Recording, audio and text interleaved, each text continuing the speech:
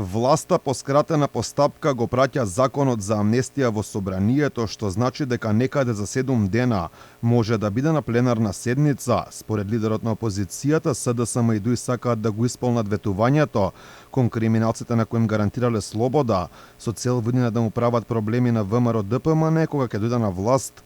Тоа е единствената цел поради која сакаат да го донесат новиот закон за амнестија. Лидерот на опозицијата Христијан Мицкоски порача дека опозицијата ќе направи се што е во нивна моќ да го блокираат донесувањето на овој закон. Тоа се превземени обврски кон криминалците кои што се на ослужување на затворска казна. Дел од нив да добијат намалување, делумна амнестија, дел од нив да добијат целосна амнестија и потоа тие исти криминалци да се најдат на улиците и да прават проблеми на идната влада на ВМРО ДПМН, мислејќи дека на тој начин ќе добијат нешто.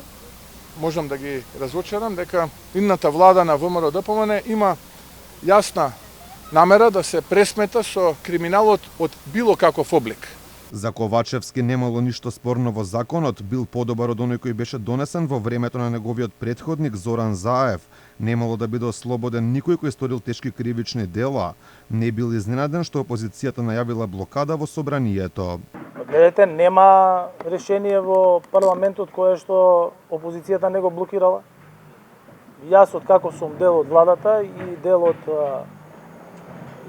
од парламентарната дебата, било како заменик министер за финансии, било како премиер, стратегијата на опозицијата е блокада. Не е прв во државата кој што се носи како таков, бидејќи мислам дека во 2018 година се носеше тој таков закон, со тоа што ово е порестриктивен во однос на тоа што било тогаш донесено, а целите се растеретување на затворскиот систем. Тоа што во собранието влегува по скратена постапка значи дека ќе влезе без прво читање, односно процедурата ќе започне директно со комисиска расправа, пошто треба да се најде на пленарна седница за дебата, која може да трае се додека има пријавени пратеници за збор, пошто следува гласањето. Законските измени целосно ќе ослободат 286 осуденици, а делумно амнестирани ќе бидат 996. Во моментов 2114 осуденици издржуваат затворска казна, а 2813 чекаат да влезат во затвор. За тие што чекаат ред за издржување на затворска казна, дополнително ќе се утврдува колку од нив ќе бидат опфатени со амнестијата, велат од Министерството за правда.